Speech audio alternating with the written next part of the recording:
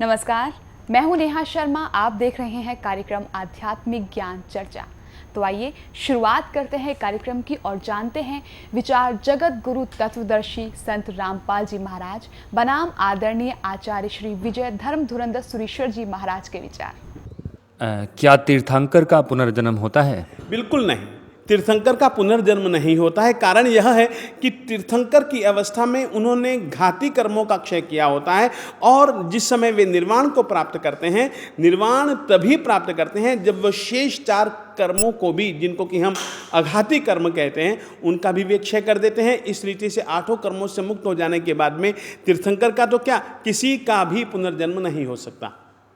एक सवाल और पूछना चाहेंगे, परमात्मा की उपासना के कौन कौन से साधन हैं? परमात्मा की उपासना के सैकड़ों साधन हो सकते हैं। हाँ, वैसा प्रत्येक साधन उपासना पद्धति का साधन कहलाएगा जिसके कारण से, जिसके माध्यम से आत्मा मालिक के पास में जाकर के आसना बैठ सके। ऐसी उनके नज़दीक ले जाने वाली पद्धतियाँ, वह ले जाने वाली पद्धतियाँ उपासना कहलाती हैं। और ऐसी पद्धतियाँ एक नहीं, अनेकों, प्रत्येक परंपरा के पास में हैं। हाँ, एक बात कहना चाहूँगा, उपासना में सबसे ज़्यादा प्रमुखता अगर किसी चीज़ की है तो वह भक्ति की है, और भक्ति से उपासना की ओर वह बढ़ता जाता है। अतः मैं यह जरूर कहना चाहूँगा, भक्ति मूल तत्व है, उपासना की भक्ति जड़ है, उपासना की भक्ति बीज है, उपासना की, यह जरूर कहना चाहूँगा। क्या आप जी की साधना श्रीमद् भगवान महावीर जैन जी के मार्गदर्शन अनुसार है? देखिए, मैं इतना कह सकता हूँ, मैं समर्पित उनको हूँ, उनके कहे अनुसार जीना यह मेरा लक्ष्य है। परंतु मैं सत्य इतना ही कह सकता हूँ कि मैं कोशिश करता हूँ। हाँ, कोशिशों में अधिकतर मेरा अधूरापन है, वह भी मैं स्वीकारता हूँ। परंतु मेरे इष्ट वे हैं, मेरे लक्ष्य वे हैं, मैं उनको अपने जीवन का सर्वस्व मानता हूँ, ये कह सकता हूँ। परंतु उनके वचनों पर चले बिना मेरी मुक्ति नहीं है, इस तरीके से भैया मैं जरूर मानता हूँ। और मेरे लिए कृतकृत्यता, मेरी धन्यता भी वही है कि मैं परमात्मा की आज्ञा के अनुसार, उनके निर्देशों के अनुसार चल पाऊँ। नहीं चलता हूँ, नहीं चल पा रहा हूँ, अधूरी कोशिशें कर रहा हूँ, ये बात मैं स्वीकारता हूँ। ये थे आदरणीय आचार्य श्री विजय धर्म धुरंधर सुरीश्वर जी महाराज के विचार। और आइए अब जानते हैं जगत गुरु तत्वदर्शी संत रामपाल जी महाराज के विचार। पिता परमात्मा पूर्ण ब्रह्म, सारी सृष्टि के रचनहार कुल मालिक कबीर देव जी, कबीर साहब जी, ये हम सभी आत्माओं के जनक हैं, हमारे पिता हैं, यही हमारे सच्चे हितैषी हैं। उस परमेश्वर ने स्वयं आकर के हमें ये ज्ञान दिया है कि तुम काल के जाल में फंसे हुए हो। इस काल ने 21 ब्रह्मांड के प्रभु स्वामी ने आप जी को यहाँ पूर्ण रूप से अज्ञानी बनाकर रखा हुआ है। परमात्मा ने हमें याद दिलाया कि ये मनुष्य जीवन आप जी को केवल परमात्मा प्राप्ति और शुभ कर्म करने के लिए प्राप्त हुआ है। इसको ना करके आप जो क्रियाएं कर रहे हैं वो अन्य प्राणी, पशु पक्षी भी कर रहे हैं।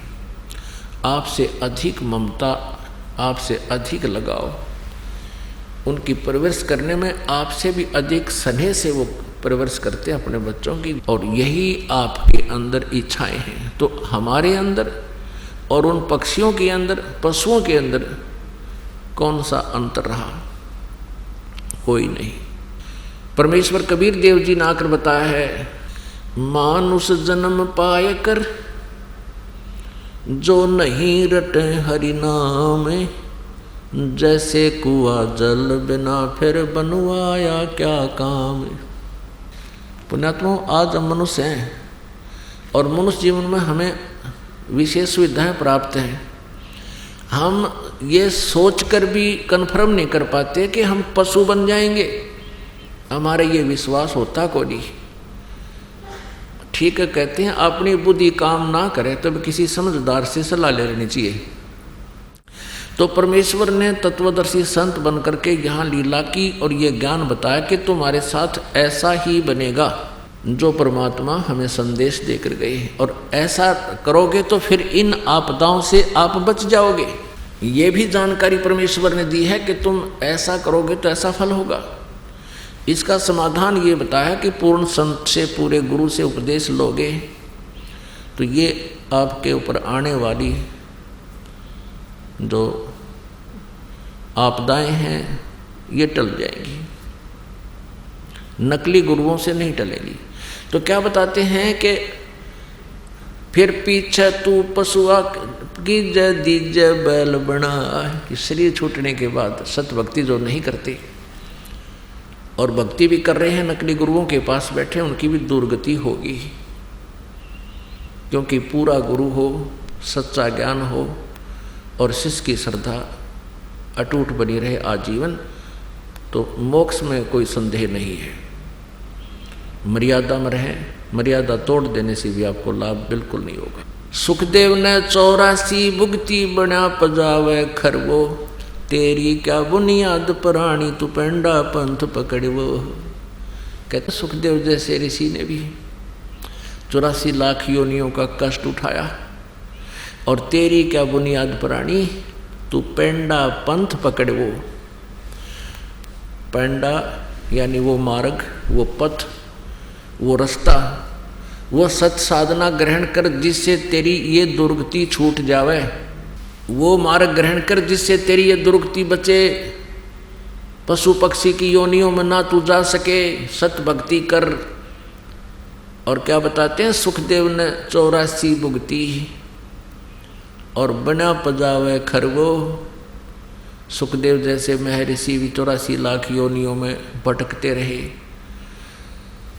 सुखदेव ऋषि ने अपने आप बताया एक बार कि मैं गधा बन गया, 84 लाख योनियों भोग रहा था, अंधा हो गया। अंधा होने से मालिक ने मुझे त्याग दिया, लठ मारे गर्ते निकाल दिया। चलता चलता मैं जंगल की तरफ पगडंडी की अटकल सी लगाता हुआ चल पड़ा। आगे एक नाला था, उस नाले में गिरने लगा। मैंने छलांग लगानी चाहिए, मैं बीच फंस गया उसमें, मुंह आगे टेक गया, पीठ पछला हिस्सा पाछे फिट हो गया। ऐसा बन गया जैसे पाइप पुली बन जाया करे। जंगल में दूर स्थान होने के कारण इक्का दुक्का व्यक्ति उस रास्ते से जावा था। किसी ने मुझे निकाला नहीं, मेरे कमर पर पैर रखे, पार होने लगे, मेरी पुली बना ली। 15-20 दिन में भुगत कर भूखा प्यासा वहाँ प्राण छूटे। अब क्या बताते हैं कबीर परमेश्वर जी के सुखदेव ने 84 भुगती बना पजावे खरवो, खर माने गदा, और तेरी क्या बुनियाद प्राणी तू पेंडा पंथ पकड़वो। अपने आत्माओं कहते हैं अगर यदि इंसान का खुद ना यकीन होए तो पिछले इतिहास दोहरा लेने चाहिए, ताकि आपको ये विश्वास हो जाए कि सचमुच ऐसा कहर हमारे ऊपर बहुत बार टूट चुका है। इसके लिए आप जी को एक एग्जाम्पल दिखाते हैं, एक सैंपल दिखाते हैं। महावीर जैन नाम के एक महापुरुष हुए हैं और उसके जीव की कितनी दुर्गति हुई उन्हीं की पुस्तक में विद्यमान है और वो सत्य है। अभी आपको दिखाते हैं। पुण्यात्मा परमात्मा की भक्ति प्रत्येक आत्मा करने की चेष्टा कर रही है, लेकिन सत भक्ति ना मिलने से, पूरा संत ना मिलने से वो भक्ति करके भी अपना जीवन नष्ट कर जाते हैं। आपको दिखाते हैं जैन धर्म का इतिहास। पुण्यात्मा इस प्रकार तुलनात्मक तरीके से हम देखेंगे, इसको आलोचना ना जाने। एक बहुत ही जो ना परोपकारी प्रयत्न समझेश दास का। आलोचना वो होती है जो झूठी निंदा करे, किसी के बारे में बुराई करके उससे दूर करने की चेष्टा करे अपने स्वार्थ सिद्धि के लिए, नहीं परमार्थ के लिए। जो इन महापुरुषों की जीवनी में लिखा है दास केवल पढ़कर सुना रहा है और आपके रूबरू भी कर रहा है। कोई नो सोचा भी, क्योंकि पहले हम भ्रमित बहुत कर रखे हैं इन्होंने। सदग्रंथ कुछ बताते थे, ये उनकी सच्चाई ना बताकर हमारे को गलत ज्ञान सुनाते रहे। हमने सोचा ये विद्वान पुरुष हैं, सच बोल रहे होंगे। इसलिए दास चाहता है कि दूध का जला हुआ छाछ को भी फूंक मारता है। तो इसलिए सदग्रंथों को भी आपके रूबरू दास साथ साथ करा रहा है। और आधुनिक जो टेक्निक है, जो परमात्मा ने आधुनिक तकनीक हमें दी है, प्रोजेक्टर, टीवी, ये इसीलिए दिए हैं दाता ने, ना पहले कौन इनके समझ में आई। ये मनुष्य सत्र की ये खोज नहीं है, ना 4 युग हो गए आज तक कोई विमान बना पाए, ना कुछ और नहीं करा।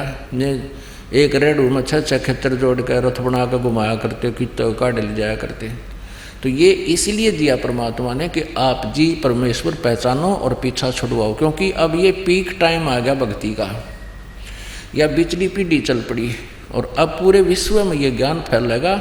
इसलिए परमात्मा ने सुविधा अभी 10-1 वर्ष से दी है। पहले नहीं था ये टीवी चैनल वगैरह, बहुत कम, एक ही होता था ये सरकारी चैनल। तो ये परमात्मा की कृपा आपके ऊपर है। तो ये दास तो पढ़कर सुना रहा है। अब आपको दिखाते हैं जैन धर्म का इतिहास। श्री ऋषभ देव जी जैन धर्म के प्रवर्तक हैं और उन ऋषभ देव जी को पूर्ण परमात्मा मिले थे आकर के, क्योंकि परमात्मा कहते हैं गोता मारूं स्वर्ग में जा बैठूं पाताल, और कह कबीर ढूंढता फिरूं अपने हीरे माणिक लाल। ये राजा थे, बड़े नेक व्यक्ति थे, परमात्मा की चाह इनके हृदय में गणी थी। तो परमेश्वर ने जाके इनको ज्ञान दिया कि जो साधना ऋषभदेव आप कर रहे हो ये मोक्ष मार्ग नहीं है। गरीबदास जी ने अपनी वाणी में लिखा है कि ऋषभदेव का आया कवि नामे करतार, वो कवि नाम का करतार कबीर देव ऋषभदेव के गया था और ये बताया था मैं वो कबीर हूँ, वो कबी देव हूँ। कबी देव, कबी साहब जिसको हम कबीर देव बोलते हैं, जो जिसके विषय में वेदों में लिखा है मैं वो भगवान हूँ। अब ऋषभ देव जी को इस बात का बड़ा विश्वास हुआ कि वेदों में ऐसा ही ये ऋषिगण बताते हैं। तो उन्होंने अपने ऋषि महर्षियों से भी बात की जो उनके गुरु थे। उन्होंने कहा कि ये झूठ बोलता है, ऐसा कोई विधान नहीं है वेदों में। तो ऋषभ देव जी को भक्ति की प्रेरणा तो बहुत ज़बरदस्त लगी, भगवान के पाने की एक विशेष प्रेरणा होगी, क्योंकि परमात्मा ने, पुण्यात्माओं क्या होता है, परमात्मा ने उनके वह जोत जगा दी, भक्ति की प्रेरणा पैदा कर दी। जैसे जो पुण्यात्मा होती हैं उनको 2-4 बातों में ही एक विशेष कसक बन जाती है और भक्ति की तरफ वो अग्रसर हो जाते हैं। जैसे एक जोत होती है, घी होता है कटोरी में, उसमें एक ज्योति लगा दी जाती है और वो ज्योति किसी समय बुझ जाती है तो उसमें घी विद्यमान है, ज्योति भी विद्यमान है, तो वो तुरंत सींक लगा दे माचिस की, वह जग जाती है। जो पुण्यकर्मी प्राणी होते हैं उनके पिछले अधूरे संस्कार रह जाते हैं, उनके अंदर भक्ति संस्कार हैं तो तुरंत वो भक्ति पर अग्रसर हो जाते हैं। और जिनके ऐसी पिछली संस्कार नहीं है तो उनको नए सिरे से पहले ये दान धर्म भक्ति करवा के, सत्संग सुना के, उनके कर्म बना के फिर वह ज्योत जगाई जाती है, शुरुआत उनकी भी हो जाती है। तो एकदम इतनी प्रेरणा बन गई प्रभु के पाने की। परमात्मा ने बहुत ऐसे, जैसे दास आपको बता रहा उन्हीं का दिया हुआ ज्ञान, यही ज्ञान उनको सुनाया कि ऐसी दुर्गति होगी, भक्ति नहीं करोगे तो ऐसा हो जाएगा। वो एकदम फड़क के परमात्मा पाने की तरफ हुई। अब वो तो एक बार आए महाराज जी तो परमेश्वर, और वो गुरु उनको रोज मिला करते ब्राह्मण लोग, क्योंकि पैसे के लालची राजा के घर प्रतिदिन चक्कर लगाया करते। तो परमात्मा के ज्ञान को तो भुलवा दिया, लेकिन फिर भी वो प्यारी आत्मा भक्ति बिना रह नहीं सके, ऐसी तरफ जगा दी परमात्मा ने उनकी। अपने बच्चों को सबको राज्य त्याग दे करके वो परमात्मा प्राप्ति के लिए अपने मनमुखी बनकर, जैसे उन ऋषियों से ज्ञान था वो ओम नाम का जाप और साथ में हठ योग कर दिया। 1000 वर्ष तक तप किया, 1 वर्ष तक मौन धारण किया। अभी आपको उनकी डिटेल बताते हैं। तो कहने का भाव यह है कि उस समय ऋषभ देव जी के जहाँ से इन्होंने ये स्टार्ट किया भक्ति, उस समय केवल एक ओम नाम होता था, दूसरे साधना का इन ऋषियों को भी पता नहीं। तो ओम नाम का जाप और साथ में हठ योग, जो इस काल ने ब्रह्मा जी को आकाशवाणी से कहा था जब ये कमल के फूल पर बैठा था, तप करो तप करो। ब्रह्मा जी ने 1000 वर्ष तक तप किया। तो वो काल ब्रह्मा ने जी ने सोचा कि ये भगवान का आदेश है, लेकिन ये वेदों में प्रमाण नहीं है। वेदों में ज्ञान जो है पूर्ण परमात्मा द्वारा दिया गया है, वो ब्रह्म के अंतःकरण में फीड कर दिया था। ब्रह्म ने समय आने पर उसको बाहर करना पड़ा। उसमें से 5 वेद थे, 4 वेद रख लिए, 1 वेद नष्ट कर दिया जिसमें बहुत डिटेल थी प्रभु की, परमेश्वर की। उस नष्ट किए हुए ज्ञान को परमात्मा बताने के लिए स्वयं आते हैं। तो अब प्रसंग चल रहा है ऋषभ देव जी का। तो ऐसी प्यारी आत्मा ऋषभ देव जी से ये जैन धर्म चला। तो ऋषभ देव जी प्रथम तीर्थंकर और प्रवर्तक जैन धर्म के माने जाते हैं। अब इनकी दास ये बताना चाहता है सत भक्ति ना करने से भक्ति करते हुए भी दुखी रहे प्राणी। ये देखिएगा जैन संस्कृति कोश, जैन इतिहास, संस्कृति, कला एवं पुरातत्व, ये कहाँ से छपा है? जैन संस्कृति कोश, जैन इतिहास, संस्कृति, कला एवं पुरातत्व, प्रथम खंड। लेखक है प्रोफेसर भागचंद्र जैन भास्कर और सम्मति प्राच्य शोध संस्थान नागपुर, कला एवं धर्म शोध संस्थान वाराणसी। ये पूरा पेज देखो इसका। अब ये प्रकाशक हैं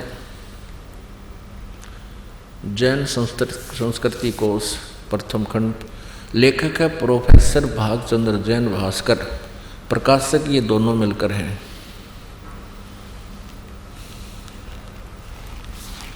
अब ये स्वर्गीय पूज्य पिता श्री गोरेलाल जी जैन एवं पूज्य श्री मातु श्री पूज्या तुलसा देवी जैन की पुण्य समर्थी में सादर समर्पित। ये यहाँ तक। अब इसके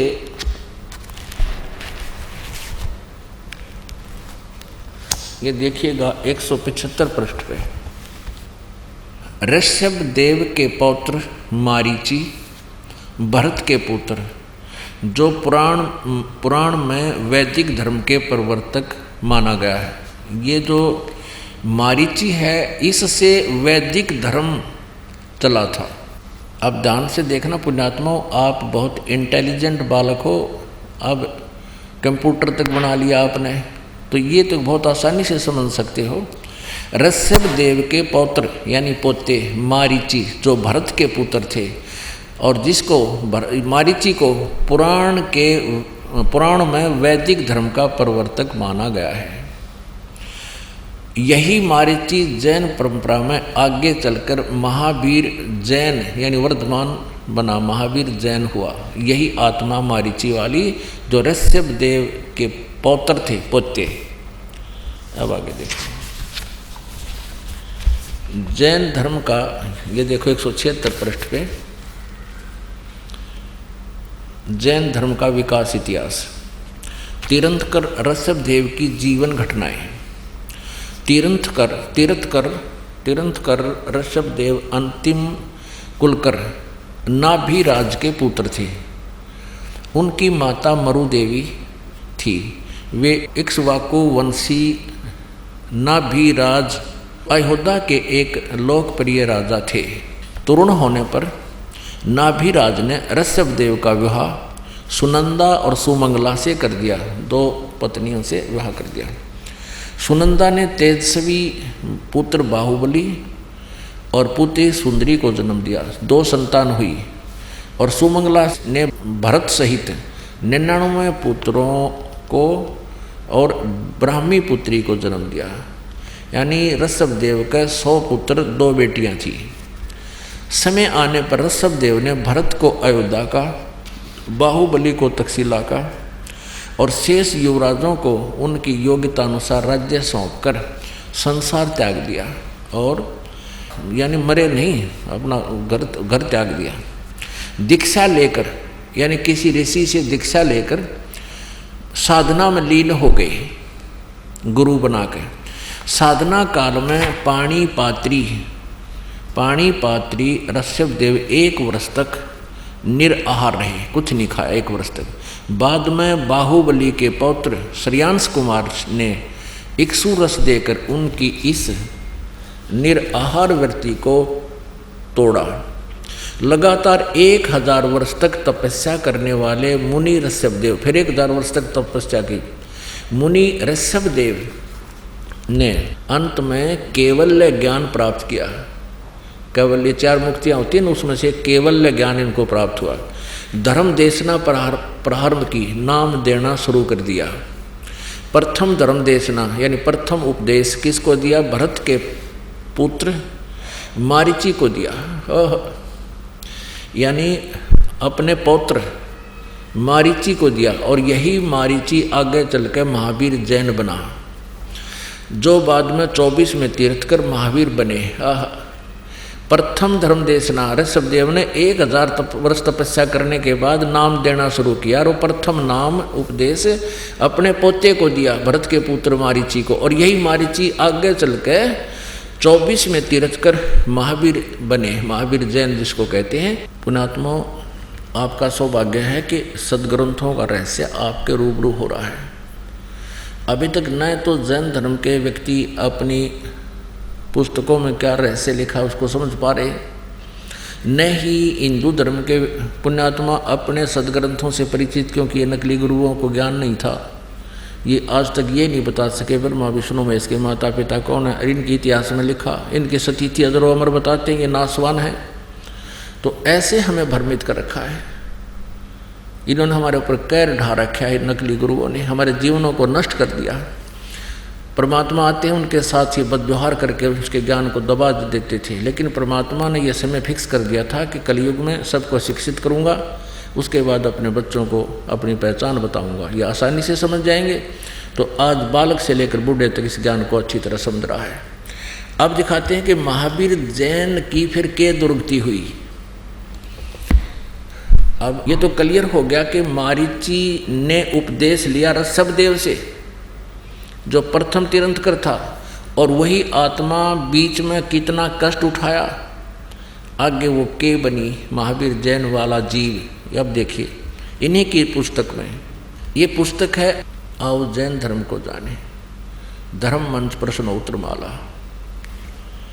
प्रवीण चंद्र जैन M.A. शास्त्री, ये इसके लेखक हैं। आओ जैन धर्म को जाने, लेखक है प्रवीण चंद्र जैन M.A. शास्त्री, जम्बूद्वीप हस्तिनापुर। प्रकाशक है श्रीमती सुनीता जैन, जम्बूद्वीप हस्तिनापुर, मेरठ उत्तर प्रदेश में। ये कहाँ से छपी है? मुद्रक है Dhirendra Jain, new Rishabh offset printers, ये मेरठ, यहाँ से मिस प्रिंट सा है। अब इसके हम 293 से प्रारंभ करते हैं, 293। आओ जैन धर्म को जाने, विशेष प्रकरण। श्री महावीर भगवान के अन्य कौन कौन से नाम हैं? उत्तर दिया है अन्य 5 नाम हैं, वीर, अतिवीर, सन्मति, महावीर एवं वर्धमान। अब आगे चले 294 पे और 3351 नंबर ये प्रश्न है। श्री महावीर भगवान के जीवन का कथन कहाँ से प्रारंभ होता है? पुरुरवा नामक भील की पर्याय से, यानी मारीची से पहले ये एक भील था। उससे पहले क्या था वहाँ तक इनको लेखा नहीं, यहाँ तक से शुरू किया मैं। तो पुरुरवा भील कौन था और उसने क्या किया? उत्तर, पुष्कलावती देश की पुंडरीकीड़ी नगरी में वह भीलों का राजा था। उसने सागरसेन मुनिराज से मधमास मधु का त्याग व्रत लिया था, जिसे जीवन पर्यंत पालन किया। फिर श्री महावीर भगवान का जीव पुरुरवा भील के शरीर से कहाँ गया? पर्याय से, पहले सौधर्म स्वर्ग में 1 सागर की आयु वाला देव हुआ। पहले स्वर्ग के बाद श्री महावीर भगवान का जीव किस पर्याय में गया? उत्तर, अब उस पहले तो यहाँ से शुरू किया है ना, एक भील था यो, फिर भील के बाद ये एक स्वर्ग में गया। उसके बाद फिर भरत चक्रवर्ती की रानी अनंतमती से मारीची नामक ज्येष्ठ पुत्र हुआ। ये मारीची वही है ऋषभदेव का पोता, और यही आगे चल के ये जीव महावीर जैन बना, पुत्र हुआ। मारीची के शरीर से महावीर भगवान का जीव किस पर्याय को गया? ब्रह्म स्वर्ग में देव हुआ। अब देखो, ऋषभ देव से उपदेश लेकर, उस महान आत्मा से उपदेश लेकर ये स्वर्ग में चला गया, क्योंकि ओम नाम का जाप पहले दिया जाता था। और ओम से ब्रह्म लोक की प्राप्ति होती है। ब्रह्मलोक को होते स्वर्ग लोक, महास्वर्ग, ब्रह्म स्वर्ग को हो। ब्रह्म स्वर्ग के बाद श्री महावीर भगवान का जीव किस पर्याय में गया? अयोध्या नगरी में कपिल ब्राह्मण की काली स्त्री से जटिल नामक पुत्र हुआ। फिर स्वर्ग में गया। फिर सूतक नामक गांव में अग्निभूत ब्राह्मण की गौतम स्त्री से अग्निशय नामक पुत्र हुआ। फिर स्वर्ग में गया। फिर भरत क्षेत्र में फिर अग्निमित्र नामक पुत्र हुआ। फिर महेंद्र स्वर्ग में गया। हम अपने काम की बात पर आते हैं। 295 पे मंदिर नगर में सालकाय ब्राह्मण की पत्नी से भारद्वाज नामक यही पुत्र, भारद्वाज भी यही ऋषि हुआ पुत्र। और फिर भारद्वाज के शरीर से महावीर भगवान का जीव कहाँ गया? महेंद्र स्वर्ग में देव हुआ, उस महास्वर्ग में, ब्रह्मलोक में। फिर महेंद्र स्वर्ग से महावीर भगवान का जीव कहाँ गया? इतर निगोद में एक सागर की आयु वाला निगोदिया जीव हुआ। निगोद से निकलकर श्री महावीर भगवान का जीव कहाँ गया? है अनेकों भाव यानी शरीर धारण किए जीव अनेक योनियों को प्राप्त हुआ। कैसे? 1000 बार आँख वृक्ष के जीवन भव, और 80,000 सीप के भव, 20,000 नीम वृक्ष के भव, 90,000 बार केली वृक्ष के भव यानी केले के वृक्ष बना, 3,000 बार चंदन वृक्ष के भव, 5 करोड़ बार कनेर वृक्ष के भव, 60,000 बार वैश्या के भव वैश्या, और 5 करोड़ बार शिकारी के शरीर भव, और 20 करोड़ बार हाथी, 60 करोड़ बार गधे के भव। ओ तेरा गजब यह 30 करोड़ बार कुत्ते का जीवन, 60 करोड़ बार नपुंसक के भव, 20 करोड़ बार स्त्री के भव, 90 लाख बार धोबी के भव, 8 करोड़ बार घोड़े के भव, 20 करोड़ बार बिल्ली के शरीर भव, और 60 लाख बार गर्भपात से मरण। है माँ के पेट में मर गया। और 80 लाख बार देव पर्याय को प्राप्त हुआ। होय होय, केवल 80 लाख बार तो देवता बनया, और गधा बनया, कुत्ता बनया, 30 करोड़ बार कुत्ता तो एक बार बनया हुआ बतेरा। ये सारा पानी फिर जाए देवता ने, एक का जीवन बतेरा कुत्ते का, सिर में कीड़े पड़ जा, खाज लाग जा, टांग टूट जा, सर्दी में पता नहीं कहाँ पड़ा रहे, और 60 करोड़ बार गधे का जीवन। पुण्यात्माओं, ये काम टीचर का होता है, जो सदग्रंथों को स्वयं समझे, अपना अभ्यास करे, अनुभव करे, भक्ति करे, परमात्मा की अंदर से प्रेरणा होती है, फिर तत्व ज्ञान अंदर से परमात्मा देता है। अब इसका निष्कर्ष देखो कि ऋषभ देव जी ने गुरु दीक्षा ली किसी ऋषि से, उसके बाद साधना की, और ऋषभ देव जी से फिर 1000 वर्ष ऋषभ देव जी ने साधना की। उसके बाद जब वो अपनी साधना समाप्त की, तुरंत पहला शिष्य बनाया मारीची, और वही आगे चलकर महावीर जैन हुआ। तो ऐसे ओम नाम यानी वेदों अनुसार साधना करने वाले जीव की क्या दुर्गति हुई? 80 लाख बार तो देवता बना। और यह वाकई हिस्ट्री आपने देखे ली, अनगिन कष्ट सहे, 60 करोड़ बार गधा, 30 करोड़ बार कुत्ता, 20 करोड़ बार बिल्ली, और तेरा गजब हो। पुणात्मा कलेजा मुँह को आता है, इतने कष्ट हमारे ऊपर हो रहे हैं, हम फिर भी आंखें नहीं खोल रहे, हम तत्व ज्ञान को पहचान नहीं रहे, भगवान को नहीं पहचान पा रहे। अब क्या होगा? महावीर वहाँ तक तो उस मारीची वाले जीव की दुर्गति, महावीर वाले जीव की दुर्गति होती रही। आगे चल के यही मारीची वाला जो शरीर जीव था, आगे महावीर जैन हुआ।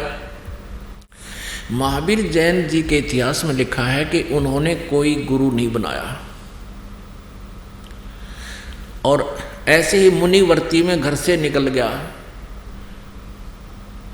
निवस्त्र रहने लगा, अपने आप साधना करता रहा। कुछ दिन हठ योग करके अपने विचारों को ही व्यक्त करने लग गया जनता में। अब वर्तमान में जो जैन धर्म में साधना है वो महावीर जैन जी द्वारा चलाए गए 363 पाखंड मत माने बकवाद साधनाएं, उन पर आधारित है पूरा जैन धर्म। अब उस वेदों अनुसार और गुरु परंपरा से मर्यादा से गुरु बनाकर साधना करने वाले मारीची की कितनी दुर्गति हुई, एक बार पुनर्रिवाइज कर लो, ना याद रही होगी। ये देखो, ये वही पुस्तक है आओ जैन धर्म को जाने। लेखक हैं प्रवीण चंद्र जैन, M.A. शास्त्री, जम्बूद्वीप, हस्तिनापुर। ये सारा अब फिर थोड़ा सा दिखाते हैं, ये मेरे मालिक।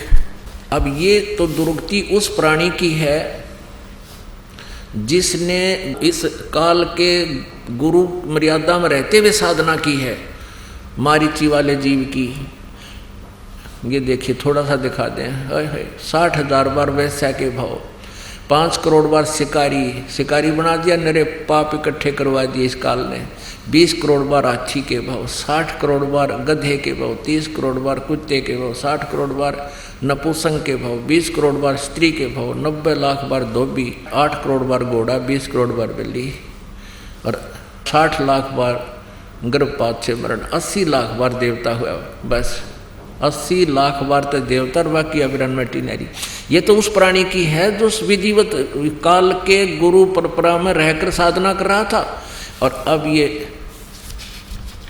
उसके बाद ये नरक में भी गया, मारीची वाला जो फिर प्रथम नरक में गया। और फिर ये महावीर जैन हुआ। 24 में तीर्थंकर श्री महावीर भगवान हुए। महावीर भगवान हुआ फिर यूँ श्री महावीर भगवान के जीव ने कितने पाखंड मत चलाए, 363 पाखंड मत चलाए। अपने आत्माओं, ये एक निर्णायक मोड़ पर आ गया है ज्ञान, भगवान का तत्व ज्ञान है ये। अब महावीर जैन की के दुर्गति हुई होगी, उसका तो वर्णन नहीं कर सकते, क्योंकि उसने तो कोई गुरु बनाया ना।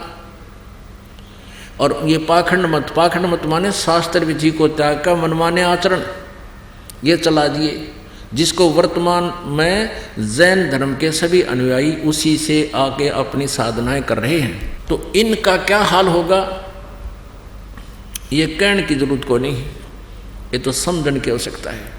अब ऋषभ देव जी की क्या दुर्गति हुई ये आपको दिखाते हैं। ये देखिएगा, श्रीमद् भगवत सुधा सागर, गीता प्रेस गोरखपुर से प्रकाशित है। भगवान वेद व्यास कृत श्रीमद् भगवत 12 स्कंदों की सरल हिंदी व्याख्या श्लोकांक सहित सुख सागर, गीता प्रेस गोरखपुर से प्रकाशित है। प्रकाशक एवं मुद्रक हैं गीता प्रेस गोरखपुर, गोविंद भवन कार्यालय कोलकाता का संस्थान। ये इनके फैक्स फोन नंबर है। ये देखिएगा 281 पृष्ठ पे, यहाँ 280 पे। इससे भगवान ऋषभ देव यद्यपि इंद्रादि सभी लोकपालों के भूषण रूप से थे, तो भी जड़ पुरुषों की भांति अवधूतों के से विविध वेश, भाषा और आचरण से अपने ईश्वरीय प्रभाव को छिपाए रहते थे। अंत में उन्होंने योगियों को देह त्याग की विधि सीखने के लिए अपना शरीर छोड़ना चाहा। वे अपने अंतःकरण में अभेद रूप से सचित परमात्मा को अभिन्न रूप से देखते हुए वासनाओं की अनुवृत्ति से छूटकर लिंग देह के अभिमान से भी मुक्त होकर उपराम हो गए। इस प्रकार लिंग देह के अभिमान से मुक्त भगवान ऋषभ देव जी का शरीर योग माया की वासना से केवल अभिमान भास के आश्रय से ही पृथ्वी तल पर विचरता रहा। वह दैववश कोंक वेंक और दक्षिण आदि कुटक कर्नाटक के देश में गया और मुख में पत्थर का टुकड़ा डाले। ऋषभ देव जी ने मुंह में पत्थर का टुकड़ा डाल रखा था और बाल बिखेरे उन्मत्त के समान दिगंबर रूप से यानी कति नंगे कुटका चल के वन में घूमने लगा। इसी समय झंझावात के जंकोरे हुए बांस के घर्षण से प्रबल दावा अग्नि धधक उठी, यानी जंगल में आग लग गई और उसने सारे वन को अपनी लाल लाल लपटों में लेकर वृषभ देव जी के सहित भस्म कर दिया। उड़ा जल का मर गया वृषभ देव जी दावानल में। वन में आग लगी, ये वहाँ पत्थर मुंह में लेकर नंगा घूम रहा था। बताइए कोई एक भगत के लक्षण है? आप खुद विचार करिए पुण्यात्माओं।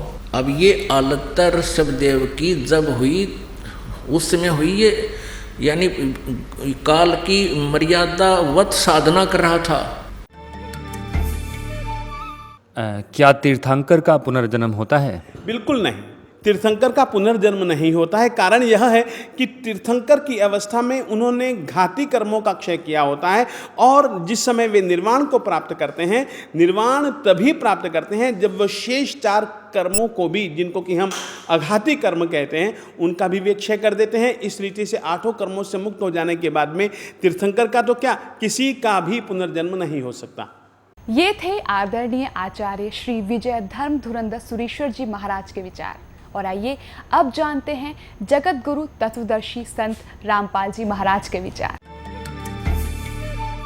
मूर्ख बनाने के लिए अनजान लोग कहते हैं कि जो तीर्थंकर बन जाता है, जो तीर्थंकर की पदवी प्राप्त कर लेता, उसका पुनर्जन्म नहीं होता।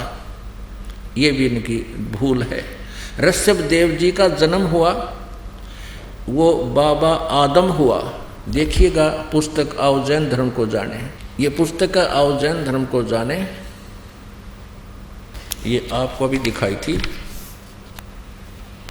लेखक हैं प्रवीण चंद्र जैन, M.A. शास्त्री, जम्बूद्वीप हस्तनापुर। प्रकाशक हैं श्रीमती सुनीता जैन, जम्बूद्वीप हस्तनापुर मेरठ से।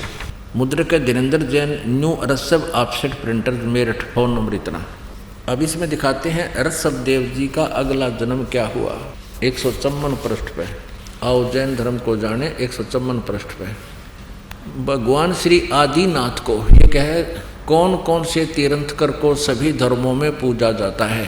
प्रश्न है, कौन से तीर्थंकर को सभी धर्मों में पूजा जाता है? भगवान श्री आदिनाथ को, यानी ऋषभ देव जी को।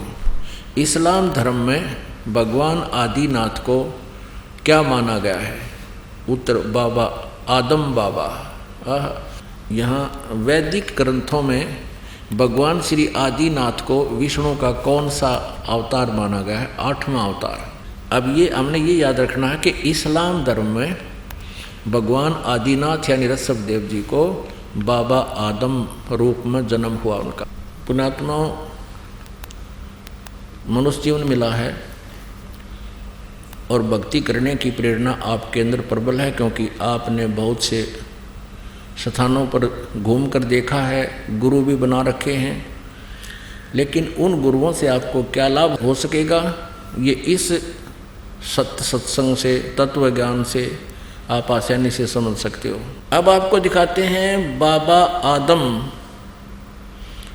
अर्थात ऋषभ देव जी कहाँ गए? वे पितरलोक में गए। एक कॉमन स्थान है जहाँ पर एक साइड में स्वर्ग है, एक साइड में बहुत लंबा चौड़ा पितरलोक है। जो पितर योनि को प्राप्त कर जाते हैं वो प्राणी उस पितरलोक में चले जाते हैं। आपको दिखाते हैं जीवनी हजरत मोहम्मद।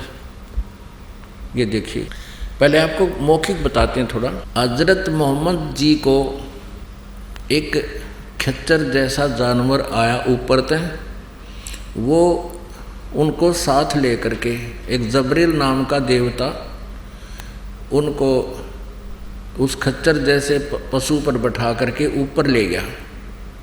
वहाँ स्वर्ग बताते हैं कि स्वर्ग में देखा एक व्यक्ति दाईं ओर मुख करके तो हंस रहा था और बाईं ओर मुख करके रो रहा था बुरी तरह।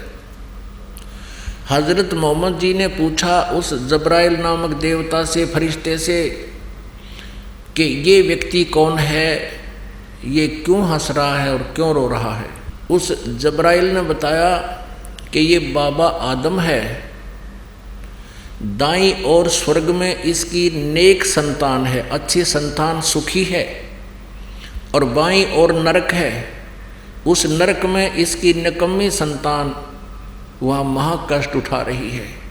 दाईं ओर जब देखता है अपने संतान को सुखी देखकर ये खुश होता है, और इधर बाईं तरफ नरक में अपनी निकम्मी संतान को कष्ट उठाते हुए उसको उनके ऊपर यातनाएं दी जा रही हैं, उनको देखकर ये रो रहा है। बता, या ये फायदा मिला ऋषभदेव को। अब ये लाभ हुआ ऋषभदेव की साधना से, ये पितरलोक में गया, बाबा आदम का जन्म हुआ, स्वर्ग लोक इसको कहते हैं। अब वहाँ स्वर्ग में भी चैन को ना ऋषभदेव को, बाबा आदम को, वहाँ भी कभी हंस रहा है कभी रो रहा है। तो यहाँ में और वहाँ में क्या अंतर हो गया? इन साधनाओं का ये बेनिफिट है, और जो ये दास बताएगा, परमात्मा ने आकर बताई है, उससे क्या लाभ होगा वो भी बताएंगे। अब देखिएगा जीवन चरित्र हजरत मोहम्मद मुसलमान धर्म के प्रवर्तक का। जीवनी हजरत मोहम्मद सल्लल्लाहु अलैहि वसल्लम, मोहम्मद इनायतुल्लाह सुबहानी इसके राइटर हैं। हजरत मोहम्मद की जीवनी है सल्लल्लाहु अलैहि वसल्लम, इन्हीं की उपमा है। मोहम्मद इनायतुल्लाह सुबहानी अनुवादक हैं नसीम गाजी फलाही। इन्होंने तो ये अरबी भाषा में लिखा था, अनुवादक ये है हिंदी में। मरकजी मकतबा इस्लामी पब्लिशर्स नई दिल्ली, इस्लामी साहित्य ट्रस्ट प्रकाशन 81, सर्वाधिकार सुरक्षित है। यह है नाम मूल किताब मोहम्मद अरबी उर्दू से इसका अनुवाद है। प्रकाशक मरकजी मकतबा इस्लामी पब्लिशर्स D 307 दावत नगर अबुल फजल इनकलेव जामिया नगर नई दिल्ली से, ये इनके दूरभाष और फैक्स नंबर है। मुद्रक है HS ऑफसेट प्रिंटर्स नई दिल्ली। अब इसके 161 से प्रारंभ करते हैं। पहले प्यारे नबी सल्लल्लाहु यानी हज़रत मोहम्मद बता रहे हैं कि आज रात बुराक नामक एक जानवर आया, उस पर बैठकर मैंने बैतुल मरकादस की सैर की। वहाँ पहुँचा तो नबियों की जमात आई, उनमें अब्राहिम, यानी ये सारे वही हैं जो हजरत ये मुसलमान धर्म के जितने भी हैं और ईसाई धर्म के उस पितरलोक में हैं। उनमें इब्राहिम अलैहिस्सलाम भी थे, मूसा और ईसा अलैहि भी थे। मैंने उन सबको नमाज भी पढ़ाई। हजरत मोहम्मद जी बता रहे हैं कि उससे पितरलोक में ये मूसा जी ईसा जी जिससे ईसाई धर्म चला वहीं थे, और मैंने उन सबको नमाज पढ़ाई। अब 164 पृष्ठ पर आते हैं। प्यारे नबी यानी हजरत मोहम्मद बता रहा है, अपने सच्चे साथियों के बीच बैठे अल्लाह ने उनको जो बड़ी बड़ी नेमत दी थी उनका जिक्र करने लगे। अपने साथियों बता रहे हैं हजरत मोहम्मद जी मुसलमान धर्म के प्रवर्तक। बैतुल मरकादस से आकाश पर जाने का हाल भी सुनाया। वहाँ कुदरत के जो जलवे देखे थे उनको भी बयान किया। आप यानी हजरत मोहम्मद ने फरमाया बताया कि इस तरह हजरत जबरील अलैहि मुझे पहले आकाश पर ले गए। वहाँ इंसानों के बाप हजरत आदम अलैहि मिले। उनका हाल यह था कि जब दाईं ओर देखते तो खिल उठते यानी हंसते थे और हंसने लगते, और बाईं ओर देखते तो मारे गम के आंसू भर लेते, क्योंकि दाईं ओर उनकी नेक औलाद संतान के कर्म थे और बाईं ओर बद के।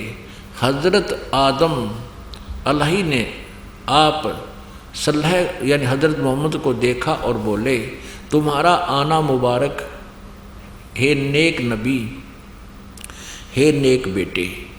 हजरत मोहम्मद को वो बाबा आदम बोल रहा है, तुम्हारा आना मुबारक हे नेक नबी, हे नेक बेटे।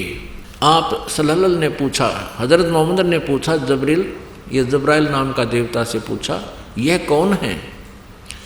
उन्होंने जवाब दिया, जबरील ने जवाब दिया, यह आदम अलैहि हैं, बाबा आदम हैं, सारे इंसानों के बाप। फिर जबरील अलैहि आप सल्लल्लाहु को दूसरे आकाश पर ले गए। फिर तीसरे पर इसी तरह आगे बढ़ते गए। आप जिस नबी के पास से गुजरते ये मनमोहक शब्द कानों में गूंजते। अपने आत्माओं, सौभाग्य आपका, आप जी को परमात्मा ने छुट्टी दिलवाई काल के कोल्लू तय और यहाँ आपको बैठाया और आपके ऊपर ये अमृत की वर्षा की। अब किसी भी अक्षेत्र में हम कदम रखते हैं तो उसके लिए हमें समय भी चाहिए। एक बच्चा स्कूल पढ़ने जाता है, बीए करने के लिए उसने 14 वर्ष फ्री चाहिए, तब वो 14 पढ़ सकता है और तब उसको क्या प्राप्त होता है? एक रोजी रोटी की व्यवस्था होता है और ना भी हो, कोई गारंटी नहीं।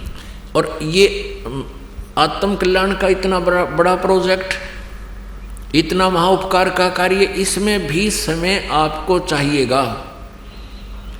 आपने ये क्लास अटेंड करनी पड़ेगी यदि आप यहाँ से छुटकारा चाहते हो, ना तो यह दुर्गति तैयार है। अब आप जी ने देख लिया कि बाबा यानी Shri Rishabh Dev ji, founder of the Jain religion,